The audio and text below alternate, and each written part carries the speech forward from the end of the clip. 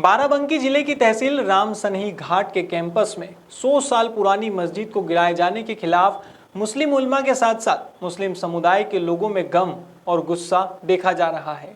आज फैजाबाद की शहादतगंज जामा मस्जिद में शहर के उलमाओं ने इकट्ठा होकर उत्तर प्रदेश सरकार के नाम एक ज्ञापन सौंपा है। ज्ञापन के माध्यम से मुस्लिम समुदाय के लोगों ने मांग की है कि यह मस्जिद किसी भी प्रकार से अवैध नहीं थी तो वहां पर लोगों को नमाज पढ़ने और अजान देने की अनुमति दी जाए। गौरतलब है कि बाराबंकी जिला प्रशासन ने तानाशाही रवैया अपनाते हुए पुलिस फोर्स लगाकर रातों रात मस्जिद गिराने का काम किया है और देश के चौथे स्तंभ कहे जाने वाले मीडिया को भी कवरेज करने की इजाजत नहीं दी जा रही है और ना ही कोई अधिकारी इस पर कुछ बोलने के लिए तैयार है।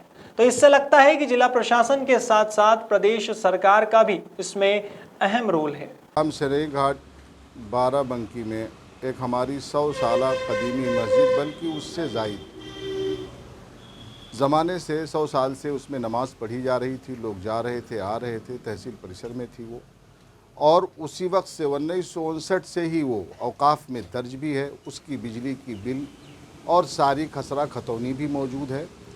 इसके बावजूद वहाँ के एडीएम प्रशासन ने, एसडीएम ने या जो लोग ज़िम्मेदार थे, उन्होंने बग़ैर किसी औकाफ़ की इजाज़त के या उनसे बग़ैर किसी कंप्लेन के उन्होंने रातों रात 17 मई को उस मस्जिद को शहीद कर दिया। और उसमें जो मजहबी किताबें थी, कुरान मुक़द्दस, चटाई या जो कुछ मस्जिद का सामान एसासा था, मोहतरम से मोहतरम चीज़ें, उसको उठा करके नदी, वहाँ करीब नदी पर ले जाकर फेंक दिया है।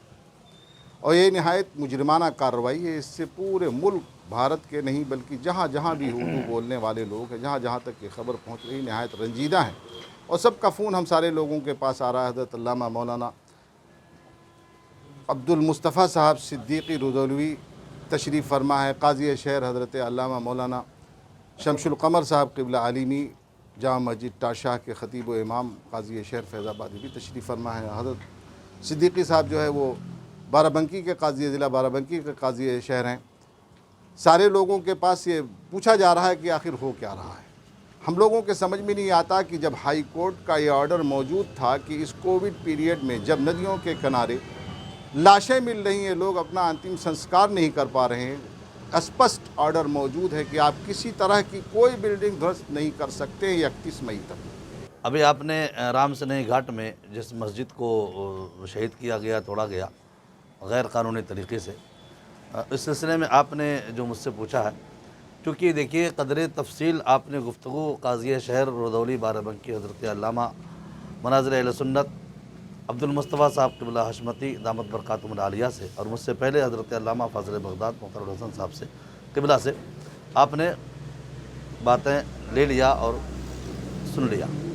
मैं चूँकि बहुत तफसील में ना बयान दे करके इतना कहना चाहूँगा कि रामसनही घाट में जो 100 साला कदीमी मस्जिद को गैर कानूनी तरीके से तोड़ा गया, इससे हमारे दरमियान काफ़ी गम व गुस्सा है और पूरे मुल्क ही नहीं बल्कि जहाँ जहाँ इसकी खबर पहुँच रही है, सारे मुसलमानों में बेचैनी और बेइत्मीनान अपनी कुर्बानियाँ दी हैं। इसी दिन के लिए किस्मत ने क्या चुनवाए थे तिनके कि जब रहने का वक्त आए तो घर को आग लग जाए, जब पड़ा वक्त चमन पे तो लहू हमने दिया, अब बाहर आई तो कहते हैं तेरा काम नहीं। हमने इस मुल्क की आज़ादी के लिए अपने लहू का एक एक कतरा बहाया है। इसलिए हम चाहते हैं कि इस मुल्क की आज़ादी में जिन लोगों ने कभी हिस्सा नहीं लिया, उनकी खुशनुदी के लिए ऐसा कोई काम ना किया जाए कि मुल्क की अमन व शांति बरहम हो और यहाँ झगड़ा और लड़ाई पैदा हो। जैसे लोग शीरो शकर हो के रहते थे, वैसे ही आइंदा भी रहें। इसलिए आप लोगों के ज़रिए से हम ये चाहते हैं कि हुकूमत हमारी आवाज़ को सुने। साहब वही काम करेंगे जो योगी जी कहेंगे, और ज़फ़र फ़ारूकी साहब अगर ईमानदारी से अपने ओहदे का इस्तेमाल करते तो ये वक्फ प्रॉपर्टी है, ज़िम्मेदारी वक्फ बोर्ड की थी। जैसे ही नमाज पे पाबंदी लगाई थी, इनको कार्रवाई करनी चाहिए थी। मेरा ये कहना है सीधे सीधे कि इसमें सिर्फ ज़िला प्रशासन नहीं शामिल है, चूँकि ज़िला मजिस्ट्रेट सहायक व कमिश्नर होता है, वक्फ प्रॉपर्टी की हिफाजत करना उसकी ड्यूटी होती है। लेकिन जो कोविड के सिलसिले में पूरे उत्तर प्रदेश में हुकूमत के ख़िलाफ़ एक माहौल बन रहा है, उससे ध्यान हटाने के लिए या साजिश के तौर पे मस्जिद का मामला उठाया गया ताकि हिंदू मुसलमान इसमें लड़ाई लड़ें। लेकिन ऐसा हुआ नहीं, वहाँ के हिंदू मुसलमान दोनों आपस में लड़ने को तैयार नहीं हुए। जहाँ तक अभी हमारे दोस्त कह रहे थे मौलाना साहब एक हाई कोर्ट का लेटेस्ट आर्डर है कि कोविड के चलते हुए 31 मई तक किसी भी आर्डर का हफ्ता की अगर खुद हाई कोर्ट का आर्डर हो तो उसका अनुपालन नहीं किया जाएगा। उसके बावजूद जिला प्रशासन ने, ख़ास तौर से एसडीएम ने 133 की फर्जी कार्रवाई करके चुपके ये काम कर दिया है। सीधे सीधे हाई कोर्ट का कंटेम्प्ट होता है। हम अपनी पार्टी की तरफ से इसमें कंटेम्प्ट तैयार कर रहे हैं और कंटेम्प्ट उनके खिलाफ दायर करेंगे। बाकी जो कार्रवाई हो रही जिलानी साहब करेंगे, वक्फ बोर्ड करेगा, लेकिन एसडीएम और जिला प्रशासन के खिलाफ हाई कोर्ट के उस आर्डर के कंप्लायंस के खिलाफ कंटेम्प्ट में जाएंगे। मैं मुस्लिम मजलिस उत्तर प्रदेश का प्रेसिडेंट हूँ, मोहम्मद नदीम सिद्दीकी एडवोकेट मेरा नाम है। मैंने फैसला किया है कि आजकल में उसको कंटेम्प्ट ज़रूर मूव करेंगे। इस भागती दौड़ती भरी जिंदगी में खुद को रखना है अपडेट, तो आज ही सब्सक्राइब करें खबर टाइम्स टुडे न्यूज़ चैनल और हाँ, बेल आइकन दबाना ना भूलें। आप प्ले स्टोर से भी चैनल की एप्लीकेशन को डाउनलोड कर सकते हैं। प्ले स्टोर पर लिखें खबर टाइम्स टुडे और तुरंत अपने फ़ोन में एप्लीकेशन इंस्टॉल करें। आप हमारी वेबसाइट khabartimestoday.com पर भी विजिट कर सकते हैं। अधिक जानकारी के लिए चैनल के टोल फ्री नंबर 1800-891-8311 पर संपर्क करें।